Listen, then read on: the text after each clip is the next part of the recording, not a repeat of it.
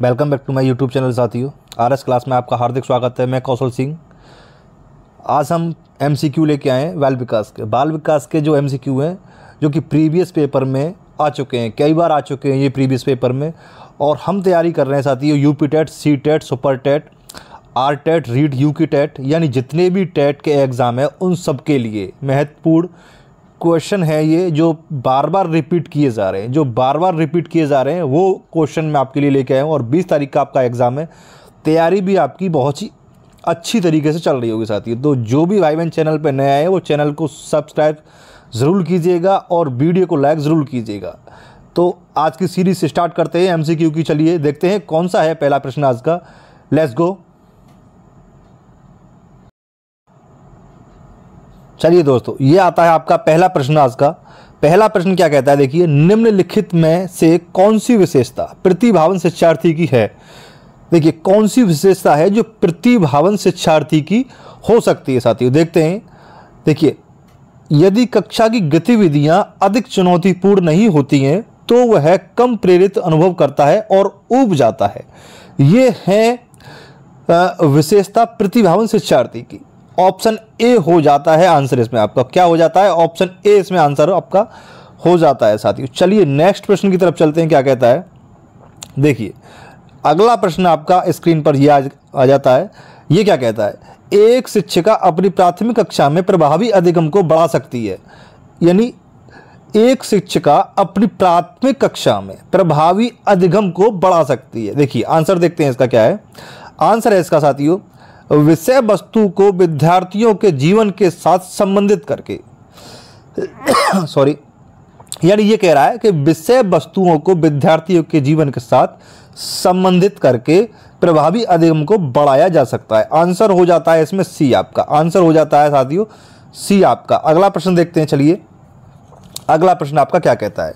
देखिए अगला प्रश्न आपका क्या कहता है, एक मिनट। चलिए अगला प्रश्न आ जाता है ये आपके सामने।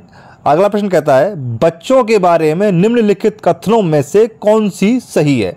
यानी बच्चों के बारे में कौन सा कथन सत्य है। देखिए, बच्चे समस्या समाधान करता है। देखिए, अब बच्चे समस्या समाधान तो करते ही हैं, यानी समस्या भी करते हैं और समाधान भी कोई बच्चा तो उसका खुद ही खोज लेते हैं। बच्चे वैज्ञानिक शोध करता है। बिल्कुल, छोटे मोटे बच्चे होते हैं जो ऐसी चीज़ों के खोज के बारे में लगे रहते हैं, जैसे कि वैज्ञानिक लगे रहते हैं हमारे। तो ये बिल्कुल उन्हीं के बारे में कहा जा रहा है, यानी बच्चे वैज्ञानिक शोधकर्ता होते हैं। सही है ये बात। बच्चे पर्यावरण के सक्रिय अन्वेषक हैं, यानी बच्चे पर्यावरण के सक्रिय अन्वेषक भी होते हैं। बहुत से बच्चे कहते हैं कि पेड़ पौधे लगाओ। तो इसका आंसर होता है ये सभी साथियों। क्या होता है? डी आ जाता है इसका आंसर, ये सभी होता है। चलिए अगले प्रश्न की तरफ चलते हैं। अगला प्रश्न आपका क्या कहता है। देखिए ये अगला प्रश्न आपका आ गया। थोड़ा छोटा करते हैं ऐसे, नहीं तो चौथा जो आंसर है वो नहीं दिखेगा आपको। चलिए अगला प्रश्न कहता है आपका, विद्यार्थियों में संप्रत्यात्मक विकास को प्रोत्साहन देने के लिए निम्नलिखित में से कौन सी विधि सबसे प्रभावी है। यानी कौन सी विधि जो है सबसे प्रभावी रहेगी इसमें। देखिए, विद्यार्थियों में बहुत से उदाहरण देना और उनमें तर्क शक्ति का उपयोग करने के लिए प्रोत्साहित करना, यह विधि सबसे उदाहरण रहती है इसमें। आंसर हो जाता है बी इसमें आपको। क्या हो जाता है साथियों? बी हो जाता है। विद्यार्थियों में बहुत से उदाहरण देना, यानी बहुत विद्यार्थी हैं उनमें बहुत से उदाहरण देना है ताकि उनकी जो तर्क शक्ति है वो बढ़ जाए और प्रोत्साहित हो जाए, उनकी प्रोत्साहन मिले यानी उसको। चलिए अगला प्रश्न देखते हैं क्या कहता है। पांचवा स्क्रीन पर आता है आपकी पे। ये क्या कहता है साथियों। देखिए ये कहता है, प्राथमिक विद्यालय के बच्चे उस वातावरण में सबसे प्रभावी ढंग से सीखेंगे। देखिए कौन से वातावरण में बच्चे प्रभावी ढंग से सीखेंगे। देखिए आंसर कहता है आपका डी। देखिए आंसर होता है आपका डी। आंसर होता है डी, जहां उनकी संवेगात्मक आवश्यकताओं की पूर्ति होती है। यहाँ उनकी संवेगात्मक आवश्यकताओं की पूर्ति होती है। देखिए जहां लिखा है साथियों ये गलत हो जाता है टाइपिंग में। संवेगात्मक अवस्थाओं की पूर्ति होती है और वे अनुभव करते हैं कि वे महत्वपूर्ण हैं। मैं टाइप नहीं कर पाया। और वे अनुभव करते हैं कि वे महत्वपूर्ण है साथियों। डी आंसर होता है इसमें आपका। अगला चलते हैं। देखिए अगला आ जाता है आपका ये छठा आंसर आ जाता है। ये क्या कहता है, देखिए, एक बच्चा खिड़की के सामने एक बच्चा खिड़की के सामने से एक कौवे को उड़ता हुआ देखता है और कहता है कि पक्षी, इससे बच्चे के विचार के बारे में क्या पता चलता है। देखिए, एक जो बच्चा है वो अपनी खिड़की के सामने एक कौवा उड़ता हुआ देखता है, तो इससे बच्चे की क्या किस धारणा इसके बारे में जो है पता चलता है।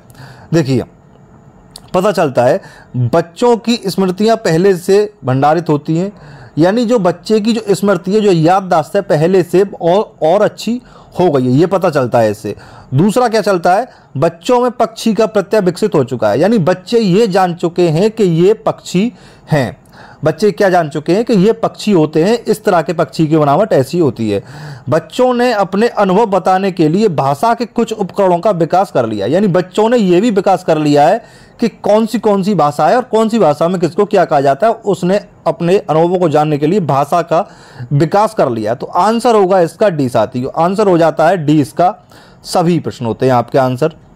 देखिए, अब आता है आपका सातवां आपका क्या कहता है। देखिए, ये थोड़ा बड़ा हो गया। देखिए, सातवां आपका क्या कहता है। सातवां कहता है कोई शिक्षिका अपने विद्यार्थी को ऐसा क्या कहे कि उन्हें भीतर प्रेरणा के साथ कार्य करने के लिए प्रोत्साहित कर सके, यानी भीतर प्रेरणा के साथ कार्य करने के लिए प्रोत्साहित कर सके, ऐसी क्या बात कहे शिक्षिका। देखिए, क्या बात कहेगी, इससे करने की कोशिश करो और तुम सीख जाओगे में सिखाना विद्यार्थी की औंधिक प्रेरणा है, जबकि किसी से पहले कार्य समाप्त कर प्रेरित करने में कार्य करने वाला व्यक्ति भी प्रेरणा के रूप में कार्य कर रहा है। यानी ये कहती है कि वो बच्चा कर रहा है, तुम भी करो, कोशिश करो, अगर नहीं होता है तो तुम भी सीख जाओगे, यानी उत्साहवर्धन वाली बात हो रही है इसमें। आंसर हो जाता है आपका सी, इसमें आंसर हो जाता है इसमें सी साथियों इसमें आपका।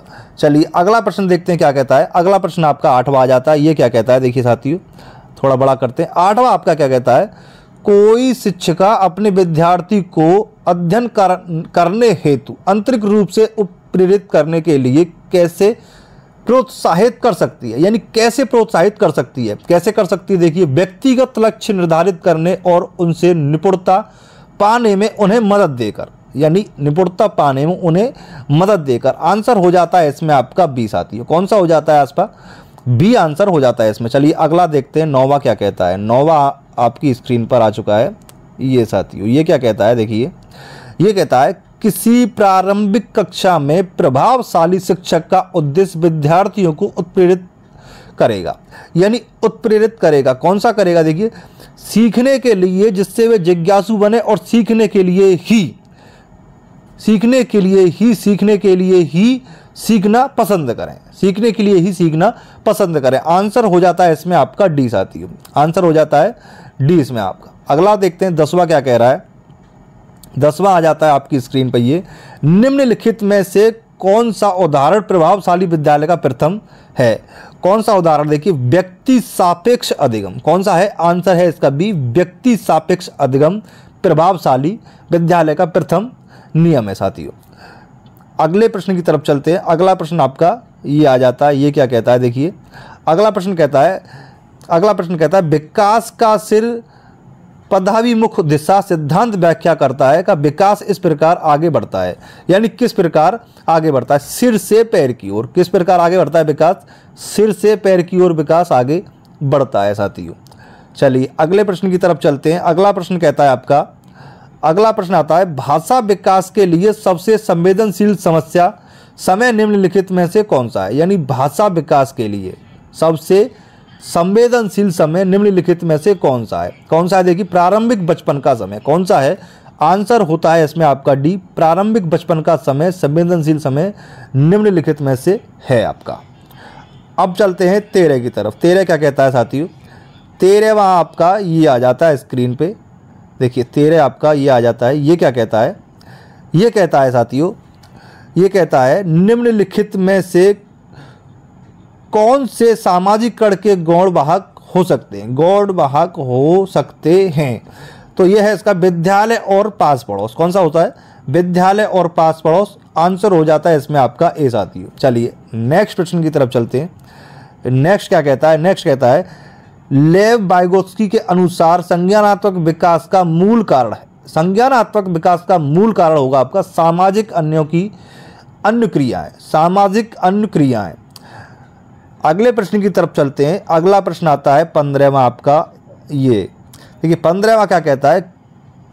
15वां कहता है आपका, 15वां कहता है देखिए, यदि आप ईमानदार हैं तो आपके माता पिता आप पर गर्व करेंगे, इसलिए आपको ईमानदार रहना चाहिए। इसका क्या मतलब हुआ, ये पूछ लिया जाता है, कई बार पूछा गया है ये। तो इसका मतलब हुआ साथियों, अच्छी लड़की अच्छा लड़का अनुकूलन, यानी आंसर हो जाता है इसमें ए।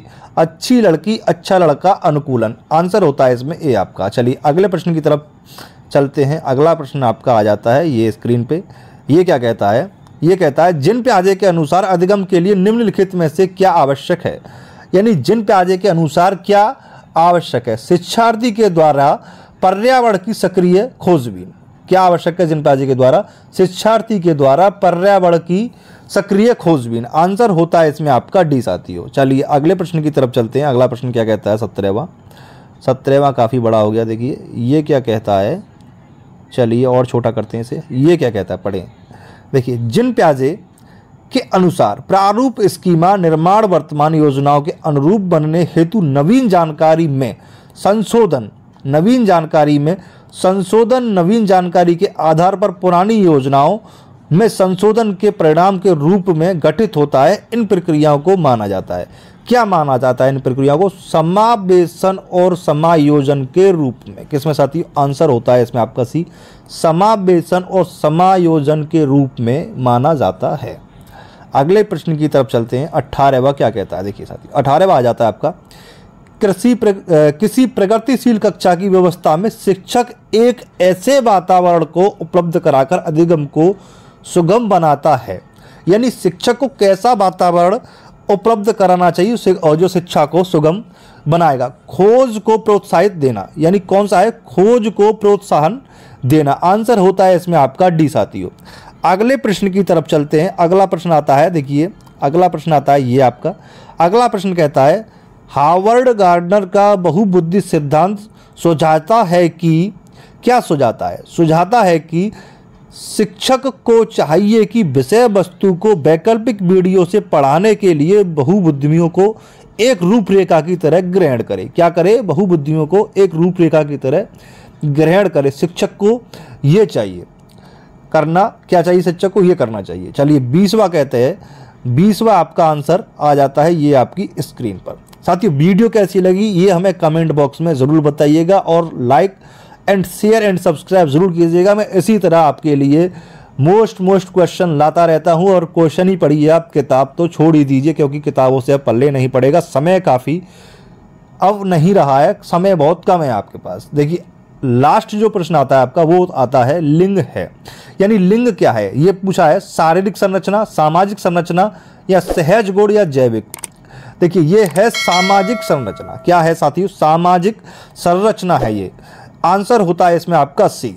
साथियों क्लास कैसी लगी ये कमेंट बॉक्स में ज़रूर बताइएगा और वीडियो को लाइक करके ज़रूर जाइएगा। साथियों अगली क्लास में एक नए MCQ सीरीज़ लेके फिर मिलते हैं, तब तक के लिए वंदे मातरम, जय हिंद साथियों।